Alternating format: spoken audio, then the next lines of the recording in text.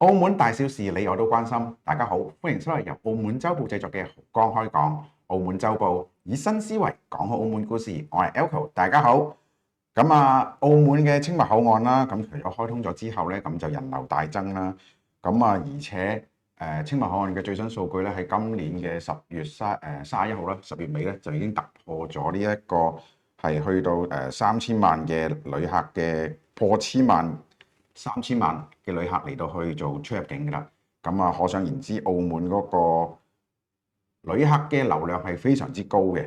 咁但係其實咧，澳門嘅口岸經濟咧，因為其實澳門地方雖然細細地啦，但係都有好多唔同嘅口岸。咁相對鄰近地區啦，或者唔同嘅國家啦，澳門嘅口岸經濟咧，其實相對係比較薄弱嘅。咁其實到底澳門嘅口岸經濟對於城市經濟嘅發展一環係點樣可以嚟到去促進澳門嘅經濟呢？咁我哋今日咧就好榮幸邀請到澳門旅遊業工商聯會理事長凌世威先生，威哥。你好，大家晚上好。同埋民眾青年會副理事長黎俊滔，俊滔兄，大家好。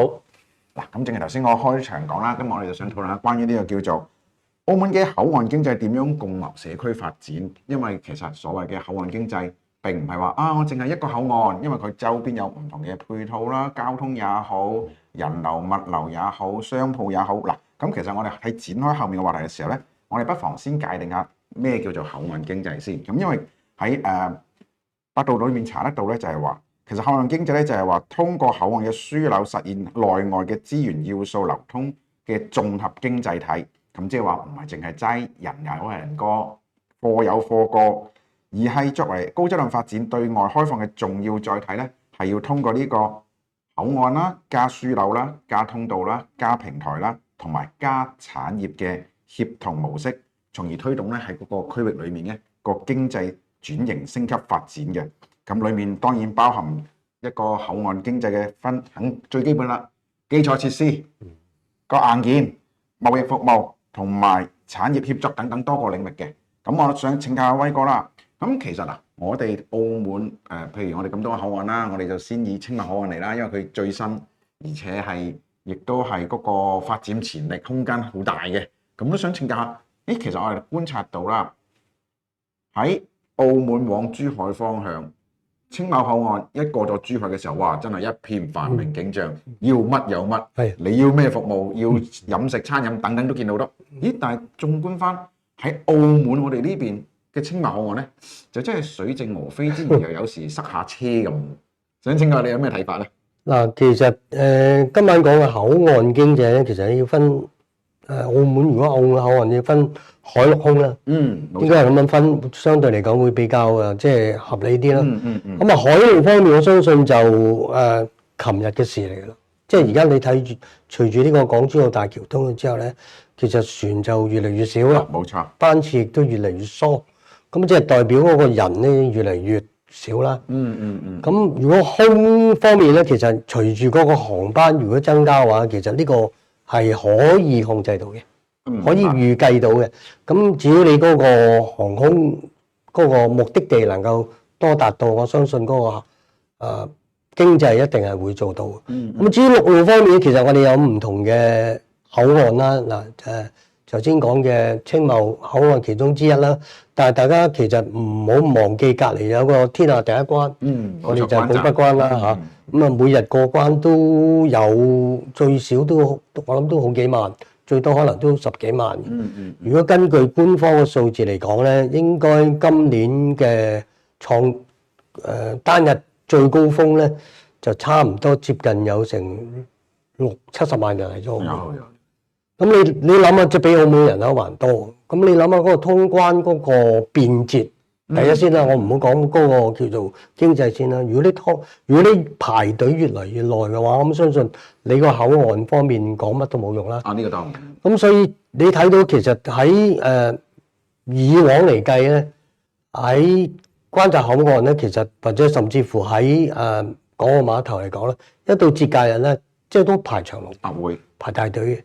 咁而家隨住嗰個叫做社會嘅改變啦，咁船少咗，當然而家會即係輕鬆啲啦嚇。咁你睇到而家港澳碼頭一啲我哋叫做商店都減少咗，咁呢個係市場嚟嘅。冇錯。咁你創造人流，你就會創造到個市場。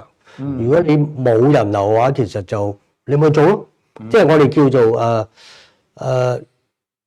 有財通路通啊嘛。如果你冇唔通嘅話，咁啊唔會通財咯。咁你如果有人氣嘅話，自然就會聚到嗰個人，就會做嗰個生意啦。咁所以其實而家你睇翻，如果從澳門最多人出入嗰個關口嚟講，都係講緊澳門同內地啦。呢個都係澳門嘅主要客源之一啦。我諗超過有50%甚至乎60%啦。咁你講下每一年嘅數字都相當之大。咁點解澳門呢方面做唔到咧？可能即係同你吸唔吸引到呢啲旅客可以留意下你相關嘅一啲叫做配套設施夠唔夠？譬如我想食咗飯之後咧，可能又未有咁快過關，我可唔可以有啲娛樂消遣？有冇相關嘅配套你齊唔齊全咧？咁如果你冇嘅話，不如過關先咯。咁就當然。咁呢個就係一個我哋叫做你吸引力夠唔夠？如果澳門本身呢個吸引力唔足嘅話咧，其實我哋係咪要從另一個角度去睇？我哋其實旅客就有啦，我哋點樣去引客入社區咧？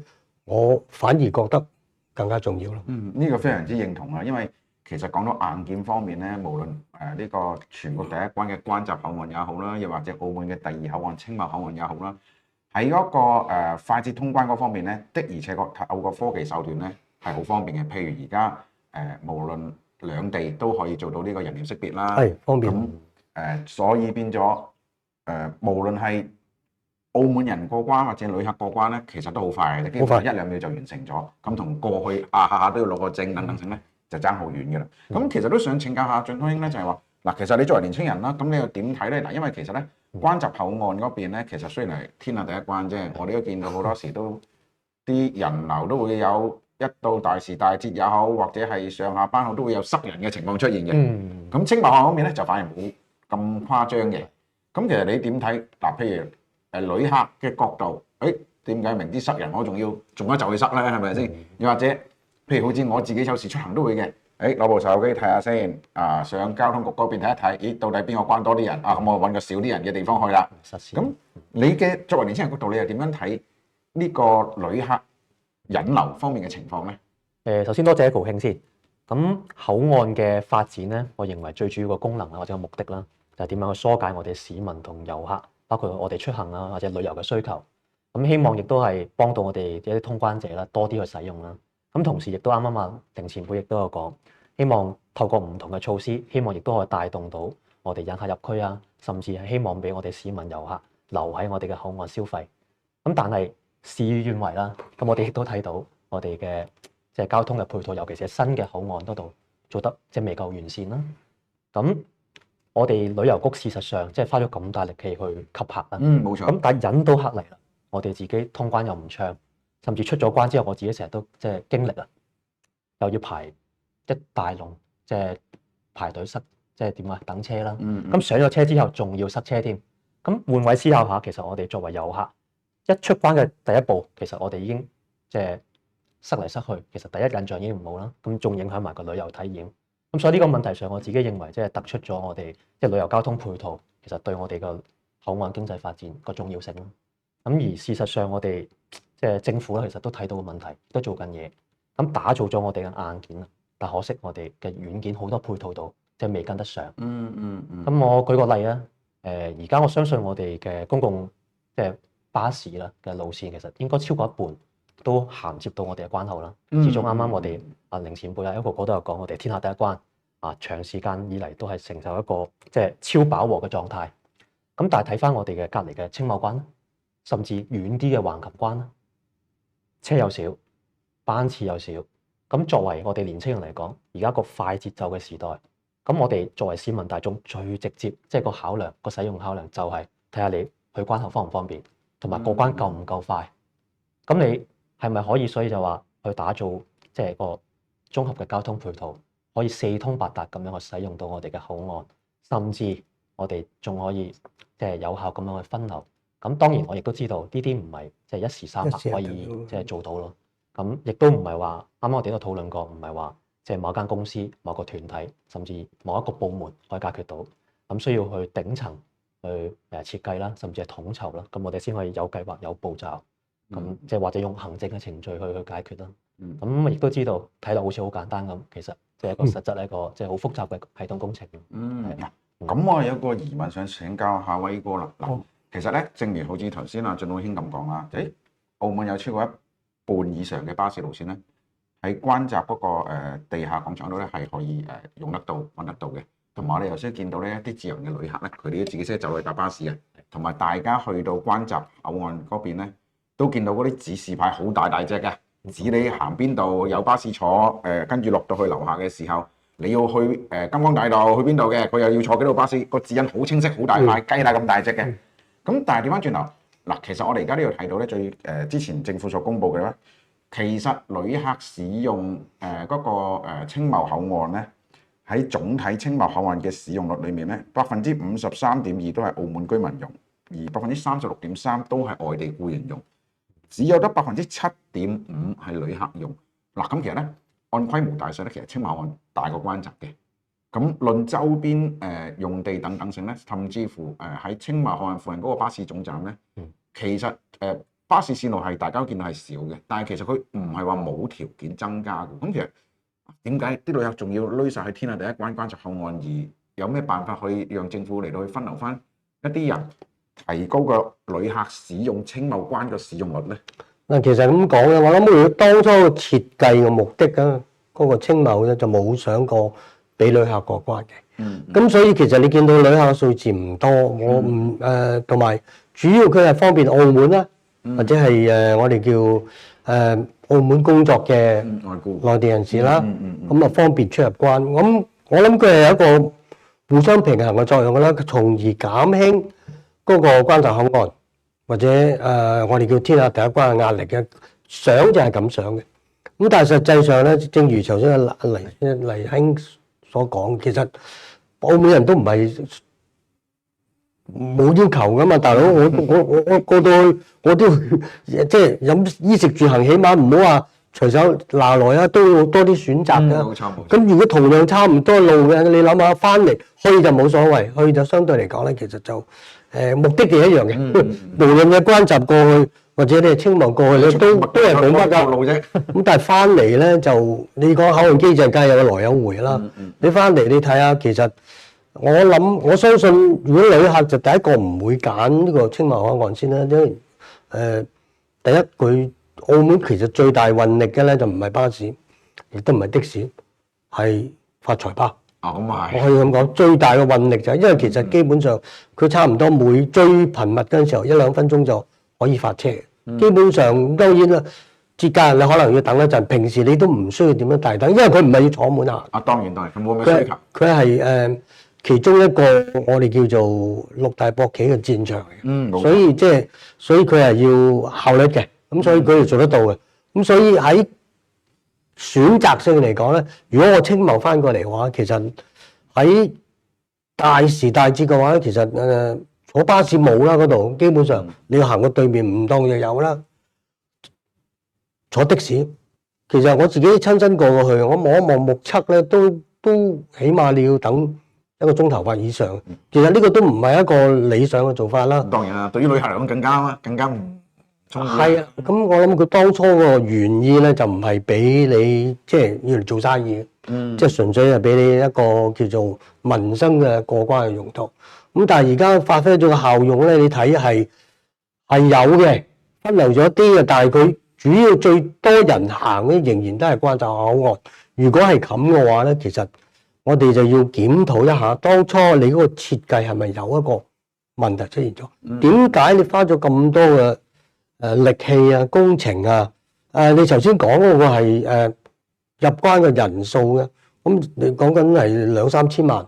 2-3千萬其實喺整體唔係冇2-3千萬啊。呢個澳門總體嘅數字係2-3千萬嘅人數，我諗佢佔唔佔到一個比例啊？呢個係一個即係我哋需要得個數字啦。唔係佢嗰個咧就係咧，其實話政府公佈咧就係話喺今年嘅10月31號咧，青茂口岸咧已經突破3000萬人次人次即係唔係人數嚟青嘅。茂口岸開咗都有開咗幾年啦？佢由21年開關到而家都4年啦。 4年咩計啊？其實個佔嘅比例其實都分流唔到1/4啦。啊，當然啦，當然。咁但係剛才你都有提及啦，阿球都有講，其實佢嗰個規模唔算細嘅。咁點解你嗰個作用都係咁低咧？咁其實你係咪要吸引更多你願意想用嘅人多啲使用呢個關口咧？冇巴士你係咪要諗一諗咧？冇發財巴唔緊要，即係佢可以另外一個口岸去疏導嘅。咁但係問題，起碼你都要有足夠嘅我哋叫運力啦。如果你喺節假日嗰陣時候，你等的士，其實我都等過，都幾長嘅。咁所以除咗嗰度的士最方便之外咧，其他嘅交通配套都唔足，可以咁講。咁我明白嘅，因為其實咧，我哋睇翻啲數據咧，其實關閘口岸嗰個使用人次嘅方面咧，都唔係淨係旅客多過澳門本地居民或者外僱嘅，都係澳門居民同本地嘅外僱咧係多於遊客嘅。咁呢個情況真係值得當局好好檢討下，因為其實喺譬如青口口岸對出嘅出口咧，就其實已經係珠海拱北嗰個叫做旅遊車嘅停泊區嚟㗎啦。咁其實所以咧，如果旅客真係譬如可能係隨團嚟嘅，咁自由行就冇得管啦。但係你話隨團嚟嘅，佢停嗰邊行青茂關咧，其實係快過行關閘嘅，即係起碼少咗要行風雨廊嗰段路嘅。咁想請教下就係話做到好興嘅就係，咦？咁其實好似譬如阿威哥咁講啦，佢就係喺嗰個青口岸，因為交通配套不足啦。咁其實佢原先設計咧，亦都預計咗，除咗俾其他嘅公共部門嚟到去用作辦公之用咧，佢其實都有一個商業用途喎。譬如好似佢而家嗰個粵澳名優嘅產品博覽中心啦，都喺嗰邊。咁但係其實搞咗一段時間啦，但係都好似冇乜氣息，都外國即係外地嘅旅客，亦都冇乜人會認知有呢笪地方，亦都會去特登睇呢笪地方。咁其實箇中嘅原因係點樣樣咧？因為譬如好似頭先你講到啊，旅遊局都做咗宣傳啊，做好多功夫啊，花咗好多經費、人力物力啊。咁但係嗱最簡單就係話譬如青茂岸上面點解亦都冇人去或者係冇乜人知咁解咧？首先多謝佢兄啊。咁我用兩個角度去睇啦。咁第一個咧就係其實羅馬都唔係一日起好嘅。咁我哋啱啱講到天下第一關關閘，其實都即係經歷咗一個比較長嘅時間，即係幾十年嘅沉澱，先有而家即係綜合嘅配套啊，甚至形成我哋市民大眾嘅一個通關嘅習慣啦。咁但係我認為即係當中咧，啱啱亦都講到點樣提高個誘因俾人哋去使用呢個關口。咁係咪係一啲我哋嘅分流嘅或者可控制嘅分流措施度可以優化咧？例如探討係咪可以，例如我哋嘅旅行團嘅進出關啊，我哋啱啱講嘅發財巴啊，甚至係可能我哋而家澳車北上嘅政策啦，咁可以即係通過行政嘅手段去指定某一個關口，例如即係假設啦係青茂關去進出關嘅，咁一嚟又可以分到流我哋即係舒緩到我哋關口嘅壓力，第二個亦都增加咗誘因，甚至可以再打造多個新嘅交通樞紐咁。咁當然啱啱亦都講到呢個亦都唔係一時三刻，甚至係要頂層去謀劃去推動啦。咁另一方面就講到我哋嘅商業配套啦，我認為個即係便民性嘅設計係唔夠啦。咁因為我哋都係做社會服務啦，咁亦都睇到即係好多市民同我哋反映，就話原來我哋6樓要上到佢哋嘅美食中心啊、購物中心唔方便，唔就腳，唔就腳啱。咁所以就係話咁，但係市民我哋嘅遊客去我哋嘅消費，去關口消費，其實就係貪佢夠方便就手啦，係嘛？咁其實我哋仲有一個例子嘅，就係我哋嘅關口啦，同我哋拱北中間交界嘅免稅店，就係一個即係最成功嘅例子，就係夠方便。咁所以我哋嘅商業配套係咪包括我哋社區活動啦，喺口岸經濟度係咪即係要主動啲，甚至以我哋旅客消費者嘅角度去出發，點樣打造一個綜合嘅配套？啱啱亦都講到係我哋嘅提升我哋便民性，甚至再銜接埋我哋一啲行政手段，提供一啲誘因。咁啱啱凌前輩講過，我都好認同嘅，係嘛？咁我哋提供到配套，吸到人嚟啦，有人嚟自然就有商機啦，係嘛？商業角度，咁有商業嘅情況下，我市場自然就有佢哋自己嘅行為啦，係嘛？民風移動，自然會嚟㗎啦。冇錯。咁其實咧，好坦白講佢啦，澳門嗰個人流嚟嘅旅客量咧係唔低嘅，因為預計可能今年都超過3000萬左右㗎啦。咁但係調翻轉頭就係話，個分流上咧，可能好似而家係出咗啲問題，就係嗰啲交通配套等等做唔到旅客分流嘅跡象啦。因為其實咧，我哋可以睇翻附近嘅，即係大家觀眾如果睇到我哋一過咗關之後喺珠海拱北嗰邊，不管係同關閘口岸銜接嘅拱北關口啊，定還是同青馬口岸銜接嘅拱北關口都好啦。一個在對面咧，話夜夜笙歌要咩服務有咩服務，由攞快遞到餐飲，不同嘅餐飲到揼骨按摩或者係甚至乎卡拉 OK 全部都有嘅。咁但係反觀澳門嗰邊咧，就真係水靜鵝飛啦，都依舊係好似十幾年前咁樣嗰啲回收啊、車行啊等等，或者最多得一兩間咖啡室。咁但係調翻轉頭，我哋譬如睇翻香港嗰邊啦，譬如香港7大口岸裏面，其中羅湖口岸咁樣計嘅，咁佢係近住香港嘅上水地區噶嘛。咁但係佢哋嗰個地方嗰度咧，第一就係佢喺嗰個口岸附近有唔同嘅大型嘅 shopping mall， 大型嘅購物商場。咁譬如好似舉個例，譬如上水廣場咁樣啦，有成65,000平方米，咁而且佢店家都有50間，再加上嘅就係話佢嗰個因為基於客流量，佢個地產價值叫做嗰個叫做租金回報率達到3%至5%。嗱，好坦白嘅，冇錢賺嘅生意咧，就請你都唔做嘅；有錢賺嘅生意咧，點都會去做嘅。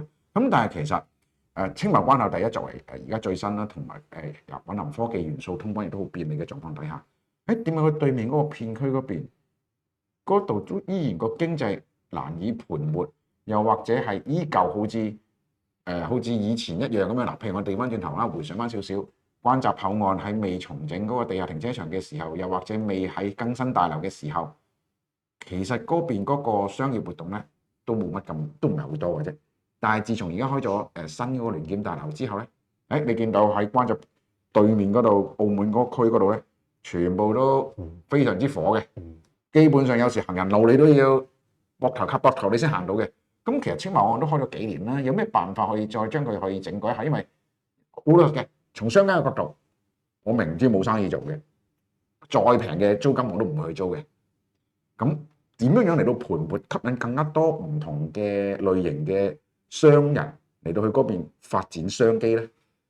其實咁講嘅，即係其實我哋做生意好現實嘅，有錢賺一定開。冇錯。你再貴嘅租金其實都可以消化到嘅。我諗又唔係其中一個原因，就涉及一個成本嘅問題咯。如果你將一個冇人流嘅地方，你將個貨物嗰個價錢有咁大嘅差異，我講緊係你講嘅香港嗰個深圳口岸嗰度咧，其實由香港到深圳咧，其實你有啲成本嘅，即係唔同澳門，當然啦，澳門行過去就得嘅。咁佢係啲成本，包括可能要採用一啲交通工具啊。其實我諗最平你都要比黃巴可能最平咁都要10幾蚊來回啦。咁其實個成本喺度啊，所以其實人本身嘅市場就會去考慮，不如我食咗飯先都唔係爭好遠。因為其實澳門就真係太方便，我一行過去基本上係零成本，我一日可以來回好多次。咁呢個地理上咧，澳門同香港去比咧，就深圳去比咧，其實就有啲即係個競爭性已經係爭喺呢度先啦。咁第二嚟講，其實如果你話點樣去盤活呢個青茂嘅經濟，其實就呢個第一開始嗰時佢都冇諗過要做呢樣嘢。如果據我所知咧，其實喺大嘅節假日嚟講咧，喺關閘拱北口岸嗰度咧，反而有啲車咧車你過去第二個關口過關嘅，即係你要諗下人哋會一個選擇嚟嘅。咁其實你點樣令到嗰個雞同蛋啦？你便捷性開始先啦，定係客流多咗先啦？呢個雞同蛋嘅問題，就即係黎兄講過就，拱北都唔係一日第一日做到嘅，呢個係一個慣性而培育咗一班叫做消費者或者消費群嘅，從而造就咗一個商圈喺度嘅。咁你澳門譬如話講青茂口岸呢一邊嘅話，你係咪要先有雞定先有蛋咧？你係咪要做好個配套先咧，先至有客嚟咧？你話等有客嚟先至做呢樣嘢咧？呢個就從商業嘅角度咧，我諗相信商人就唔會喺度坐以待斃嘅。寧願再貴嘅租我都消化到，都唔介意。我反而即係剛才 Echo 講得好啦，我免費俾你，你都未必會做咯。我諗呢個係涉及一個市場嘅問題，最緊要係你點樣去盤活呢個市場先至係重要。口岸就你要同國內嘅競爭唔容易。當然啦。成本啊、人力啊，或者各方面，甚至乎從個原材料咧，你都有一定嘅限制。包括食物嘅多樣性啊，或者新鮮度啊，甚至乎最簡單講一句就係強制勞工假期嗰陣時，我哋呢度3工，而國內都冇呢樣嘢嘅時候，嗰個價錢更加會突顯到嗰成本更加重，嗰個中小企嗰個弱勢喺呢度。咁我都想再問阿進都兄咧，就係嗱，其實而家澳門啦有唔同嘅口岸啦，咁我哋都可以見到咧，佢嗰個經濟氛圍咧都比較薄弱一啲啦。咁但係要按照譬如好似阿威哥咁講，我哋要將旅客點樣帶進社區、帶入社區，促進嗰個社區經濟嘅角度嚟睇嘅時候，咁其實有冇啲乜嘢你哋年青人會覺得一啲可以俾政府參考嘅 idea 嚟到去同大家分享下咧？首先都係我自己嘅個立場啦。我哋嘅配套包括我哋交通啊、商業一定要做好咗自己先。咁做好咗配套，我哋包括有個綜合嘅規劃，有個定位，明確個自己嘅方向，咁你先可以知道點樣引到客嚟。咁呢個有人流，呢個先係最緊要。如果唔係，咩都係假嘅。針對啲客源係。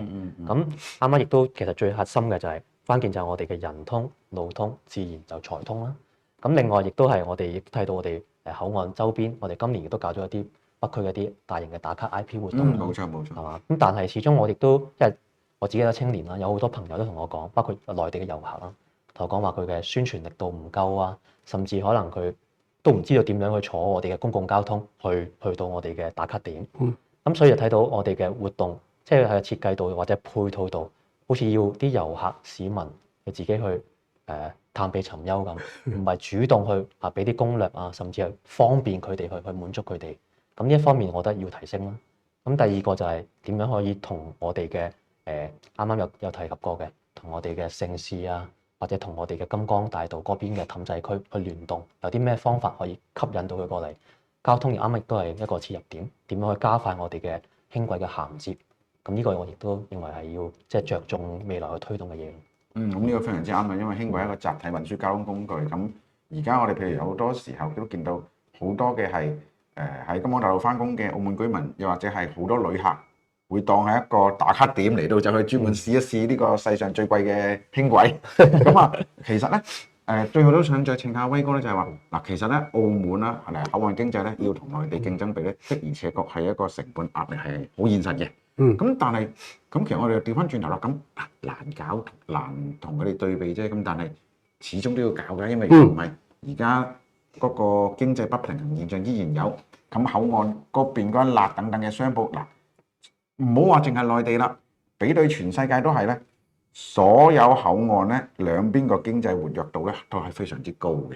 咁你啊營商咁耐啦，有冇啲咩計仔盤我一下先？其實一定有嘅，因為頭先我剛才所講啦，海陸空啊嘛，咁就係空中我哋唔講先啦。海路方面咧，其實澳門係最薄弱嘅。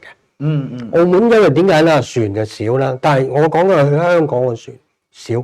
但係翻國內嘅船咧就更加少。冇錯。其實咧以往都有個諗法嘅。其實如果從灣仔過去嚟澳門即係新口岸尾嗰度咧，相當方便嘅。亦都相當便捷嘅。但係可惜嘅咧，其實就喺呢方面咧，佢嘅成本高啊。因為來回都可能要20幾30蚊。要。咁當然啦，從相關嘅角度，我冇可能蝕本做啊。咁政府其實係咪可以有個誘因，令到呢個船咧，相對嚟講個班次多啲。咁亦都可以負擔下一下佢嘅嗰個我哋叫做經費。咁其實你諗下啦，如果旅客選擇一個我哋叫其中一個海上離開澳門嘅口岸嘅話，其實你盤活咗就唔止口岸嘅，係整個真馬路啊。你都會造就咗一個經濟喺度。以往我記得咧就係未有嗰個碼頭之前嘅內港咧，就係當時候就係呢個咁嘅氛圍。冇錯。咁但係而家似乎就被遺忘咗。咁但係我覺得都唔緊要嘅，因為而家其實喺節假日，其實天河第一關都要人流都好多。如果你喺當時候做一啲或者現時做一啲分流，增加咗嗰個使用率。就係講緊從灣仔坐船啦，咁其實好近。我認識到有一啲喺澳門做工嘅一啲或者喺澳門生活嘅一啲高層人士或者係中高層咧，其實佢寧願選擇翻橫琴咧係坐船嘅。因為佢其實知道，譬如佢喺澳門呢邊工作嘅話咧，其實如果通過灣仔再翻去橫琴咧，反而仲方便。冇錯，因為灣仔正就係拱北同橫琴嘅中間點。呢個就係智慧嚟嘅。咁其實政府要吸納下呢啲人嘅智慧，你點樣去令到旅客都覺得呢個係賺咗你嘅？咁從而咧就加速我哋嗰個叫海上遊。海上唔一定遊噶嘛，咁其實海上一個便利嘅交通，順便作為遊覽嘅其中一個目的咧，我相信會更加令到嗰個關口嗰個我哋叫做咩咧分區人口，同埋咧係令到澳門嗰個承載力提高咧。其中一個最重要就係便捷通關。咁啊係啊，呢個非常之認同啊，因為其實好坦白嘅，澳門有咁多個唔同嘅關口咧，政府可能真係要重新思量，就係每一個關口佢嘅定位到底係點樣樣，或者係佢所發揮嘅功效點樣樣。因為澳門真係有3000幾萬嘅遊客嘅時候，點樣分流？唔係話集中聚埋一個關嚟到過咧，因為如果唔係，都冇一個關承受得到嘅，係咪先？咁啊，今日多謝兩位嘉賓嚟接受訪問，我哋下個禮拜見，拜拜。拜拜。